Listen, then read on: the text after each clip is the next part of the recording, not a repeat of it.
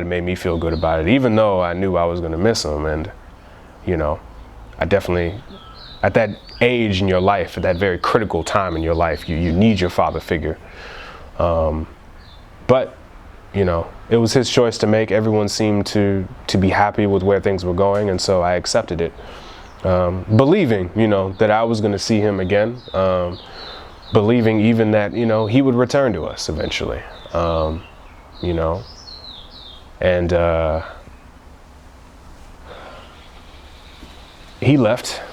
He bought me a bike, bought me my first bike. I remember that bike. I think he got it from Walmart or Target. I remember going shopping for it. Kept that bike for a long time. You know, when he left, it was rough. You know, I still had my brother, so he was sort of the older male influence in my life that kept me grounded, for sure. You know, because without him, I don't know what would have happened. But you know, Sipo, thank you, man. You know, you kept me level, you kept me steady. You know, and in a time when I was very vulnerable. You know, and so without you, I don't know what would have happened. So, thank you for that. It was tough. You know, we weren't necessarily poor. We weren't necessarily rich. We were lower middle class, I guess you could say. Black family growing up in Milwaukee. For anybody that's black in Milwaukee, it's not an easy experience. You know what I mean? Regardless of whether you're black or regardless of whether you're rich or you're poor. But, you know, especially if you're poor, you're not well off, it's going to be an interesting experience. And for me, it taught me a lot of things. You know what I mean? It taught me a lot of things. And like I said, you know, it was even rougher from the standpoint of us being African Americans in the truest of sense, you know, actually having direct African heritage, which we could point from, being reflected in our names that most people couldn't pronounce. It made it especially difficult for us just sort of getting that acceptance in the regular African American community, you know. So there was an added difficulty there, I think, in just trying to get by in the society, you know. But us being survivors, you know, my dad and my mom both having that survivor's gene and passing that on to the rest of us, we found our way. And it would be a little while until I finally accepted and realized that my dad was not coming back. And when I did finally realize that a couple years later, I went into the bathroom and I cried. And I cried my ass off, and at that point I just let it all go. And I kind of realized, okay, you kind of knew this at the back of your head, but you just needed to do this. And once I did that, I felt a great relief. And I realized, this is it. It's just you and Ma. You know, Sipo was gone by that time. He went off to find work in Minnesota with the rest of my brothers, leaving basically me and my mom to sort of eke out an existence in Milwaukee. So yeah, very difficult times, like I said, but we made it. At that time in South Africa, you know, this is the part of his life that we know the least about, because there's really no one from my direct family that had a whole lot of contact with him that really knew what he was getting himself into. My understanding from my conversations with him is that he lived in Johannesburg with my auntie Cede for a while, and then eventually he would make his way to Durban, where he stayed for the rest of his life. You know, Durban was his city. He found work as a jazz musician, essentially. He was also receiving a veteran stipend from the ANC, which also helped him with, you know, paying the rent, paying the bills, whatever, you know, he needed for his living expenses. But he wasn't exactly in the greatest of economic shape. My dad was always a struggling artist no matter where he went. Well respected by the people that knew him and the people that worked with him. But not necessarily, I would say, known for being compensated, you know, for that work and for that legacy that he helped to create, that he basically made for himself. I don't know if he felt a certain type of way about that. You know, I think he definitely felt as though he wasn't getting the credit that he deserved, or he wasn't getting the full compensation that he should have gotten as an artist, as a musician, as everything that he had helped to build. But he continued doing it anyway, because I think he recognized that choosing the type of lifestyle, choosing to be, you know, that original artist, choosing to be, you know, that uncompromising political activist, meant that there was going to be certain sacrifices, right?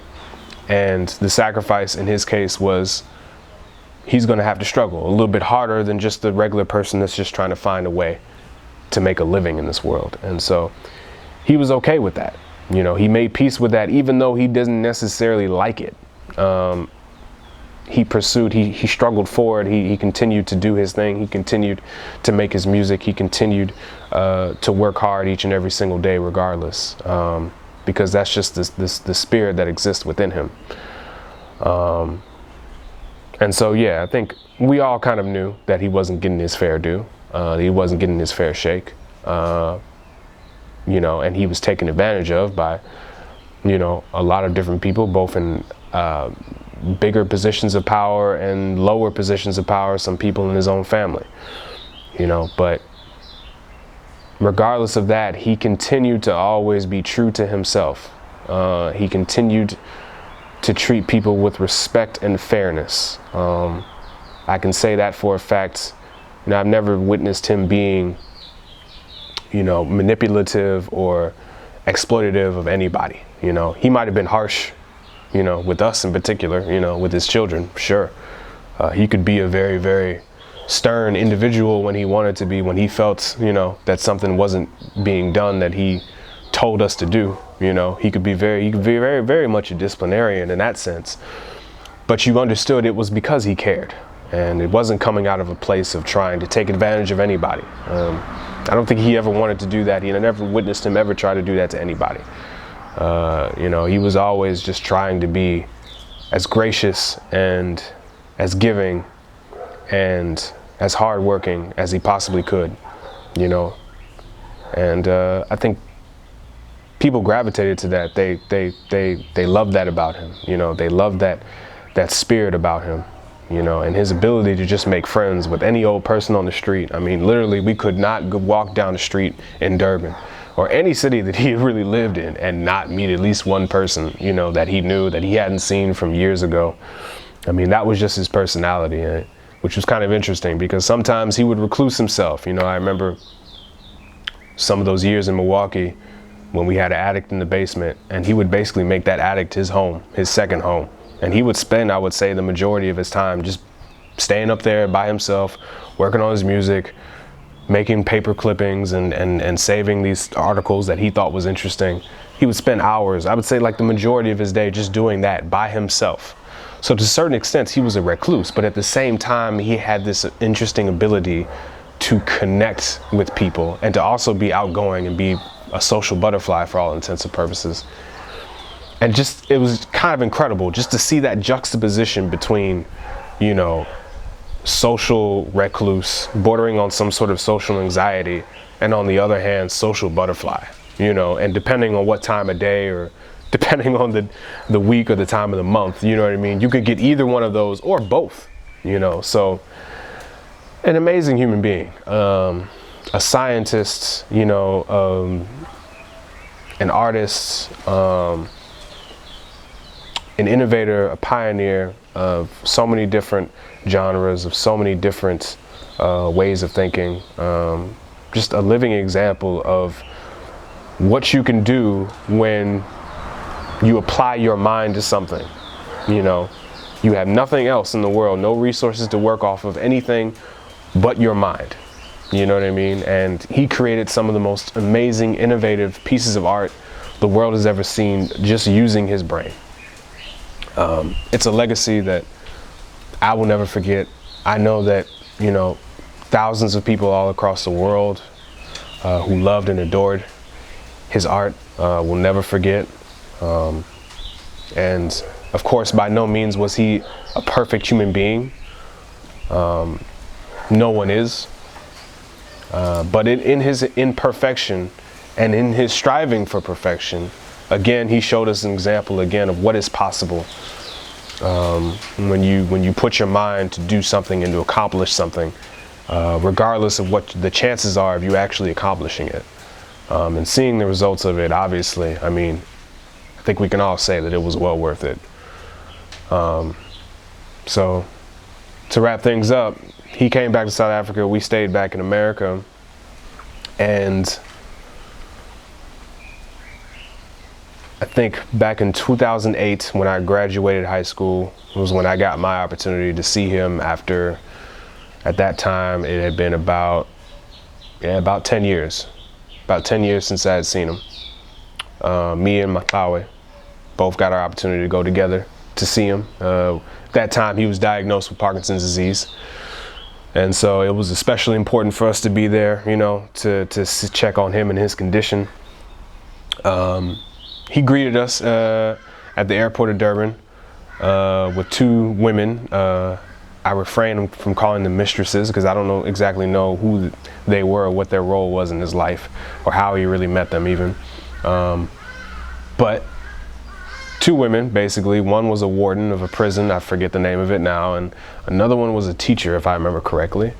And they were kind of his friends, you know, basically showed us a good time. They took us out to various clubs and hotels, and we stayed there. We caught up on old times, and he took us back eventually to his apartment, which was basically what he called the bunker, basically a basement. Full of mold and all of his tapes and news clippings and, you know, instruments. And, you know, you could tell that he was at home there, you know, but I wouldn't call it exactly the best living environment for an elderly person at that stage of his life. With the encouragement of Pt.2, I decided that I wanted to stay there, even though I did not have my citizenship at that time. I just wanted to stay there because I felt like it was necessary for someone from the direct family to actually be looking after this guy 24/7. I think people in the family understood that and they agreed, but my mom vetoed that because she knew that I just wasn't ready, and this was a spur of the moment decision, and that, you know, this wasn't one of these situations that we could just do on the spur of the moment. If we're gonna do this, we gotta do it the right way. I was a little bit hurt, you know, when she decided that, but at the same time I had to respect it because that's your mother, for one, and for two, she was right. I wasn't ready, you know, to make that change. I had only decided that based off of, you know, I wouldn't say emotional whim, but basically, you know, I wanted to stay here because I felt like that was my duty. I felt that like that was my responsibility, and I was the one who was most equipped to do it, coming out of high school without a job and no college, you know what I mean? No, really nothing else to do. It felt like the right thing to do at that time, but they didn't necessarily agree with that. And as a result, I got back on the plane, and it would be, to 2008, it would be another 4 or 5 years before I came back again. By this time, my mom had found her way back here to South Africa, and you know, initially she was just gonna be here to sort of get a lay of the land.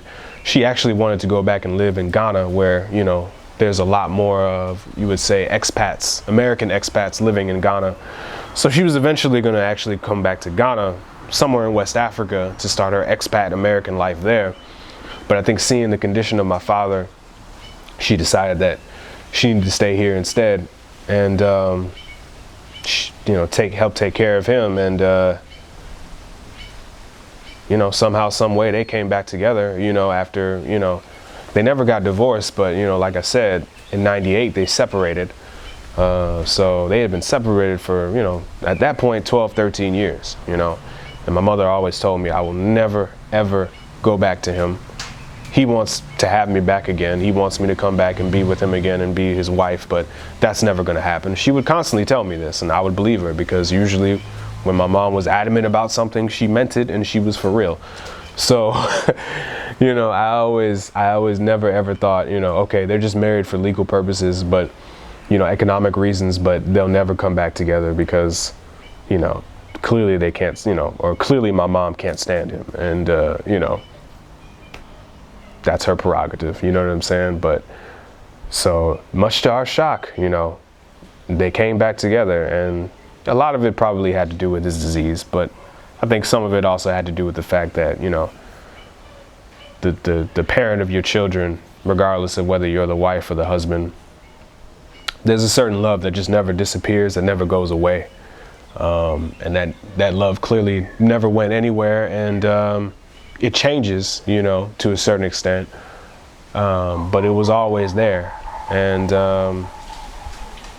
to see the resiliency of their relationship through all the difficult times that they had, it was amazing. It's been one of the most amazing things I've ever witnessed in my life. And yeah, she came back here, packed up her old life in America, and said, I'm settling here and I'm taking care of him. And she did that.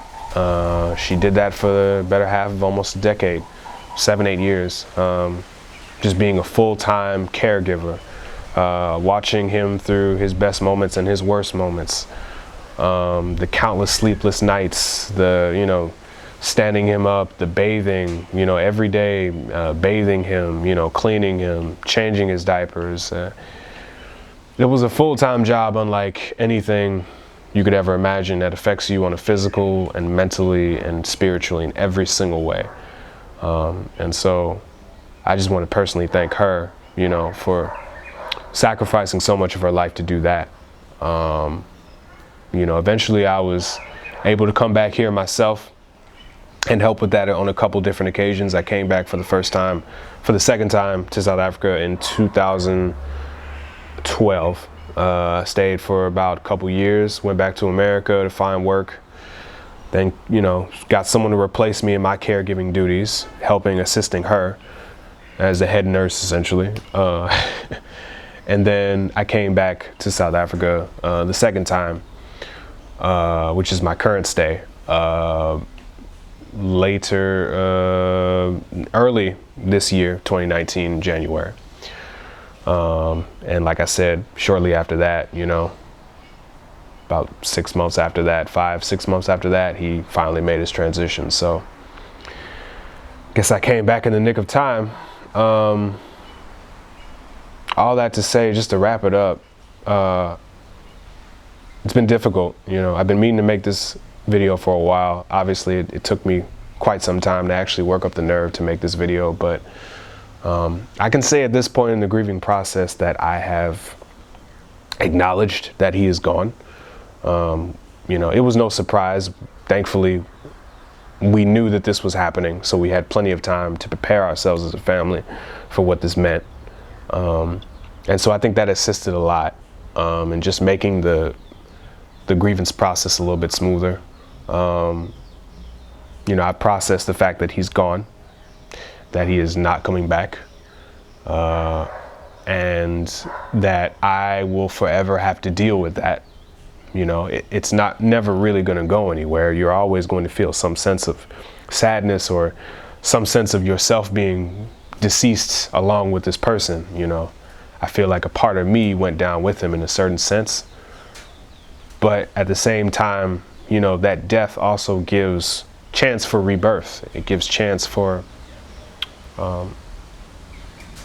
you know, my own ability to pass on my genetics and my experiences and those experiences that he taught me to the ones who come after me. And so the cycle of life is constantly like this. And if we understand it within that context, then it informs the grieving process, but it also helps ease the pain a little bit. And for me, that has been the most easing part about it, knowing that he made as big of a contribution that he possibly could. He lived the best life that he possibly could, and that he went out as peacefully as he possibly could, and responsibly, and well loved and adored by thousands across the world. I mean, what more can you ask for? It sucks that you have to get Parkinson's disease. That's not exactly the best way, the ideal way that we would all like to go. But even, you know, at the end of the day, life gives you a lot of cards that you just don't have a lot of control over. You just have to make the best out of whatever hand you get. And, you know, you're not going to be perfect. You're going to make mistakes. You're going to do dumb stuff from time to time. But what matters is how do you handle this? You know, what were you able to produce? Were you able to make something out of the hands that you were given? And I think that we can all say without a doubt, he was able to contribute a lot, just based off of, you know, what little hand that he actually did have. And so I can say at this point, you know, the grievance process is, it's a lot better than when it first was, and it's going to take the rest of my life to be able to deal with that. But I definitely feel at peace and at ease, and moving forward, I know what I have to do. So that being said, Shabbat Nkosi. We love you, Baba. We're always thinking about you, and I know that you'd be proud of me, you'd be proud of us, and as long as I continue to keep walking in those shoes, everything will be fine. Everything will eventually come around. And so, Ngia Bonga Kakulu. What more can I say? Love you. Rest in power.